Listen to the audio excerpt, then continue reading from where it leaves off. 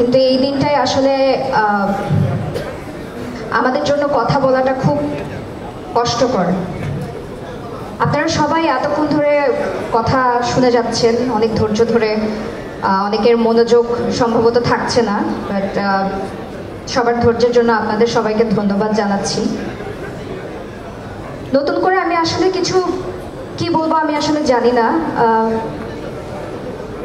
2009 সালের 25 ফেব্রুয়ারি 36 ঘন্টার জন্য বন্দি দশায় ছিলাম, ভেতরে জিম্মি ছিলাম। সেখান থেকে যখন বের হতে পেরেছিলাম তখন মনে হয়েছিল যে একটা নতুন জীবন ফিরে পেয়েছি আমরা, আল্লাহ আমাদেরকে রক্ষা করেছেন।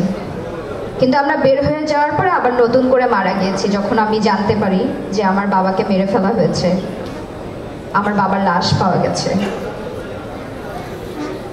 সবাই উপস্থিত আমরা এখানে যারা আছি, আমরা সবাই একদিন মারা যাব।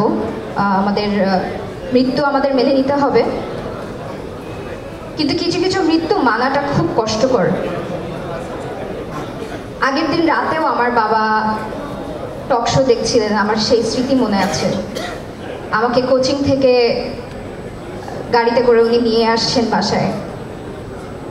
পরের দিন থেকে যে আমার জীবন একেবারেই পরিবর্তন হয়ে যাবে সেটা আসলে আমরা মানতে পারিনি। এবং আমরা শহীদ পরিবার, আমরা যারা এখনো আছি, আমরা আসলে এখনো কোনো সেরকমভাবে কোনো ক্লোজার আমরা পাই নাই।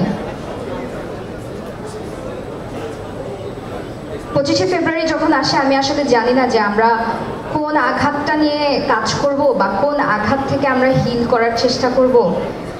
36 ঘন্টার সেই বিভীষিকাময় সময়টা নিয়ে কি আমরা চিন্তা করব, স্মৃতিচারণ করব, নাকি তারপরে আমার বাবার মর্চুয়ারিতে যে লাশ আমরা যেভাবে পেয়েছি সেই জিনিসটা নিয়ে আমরা কথা বলবো।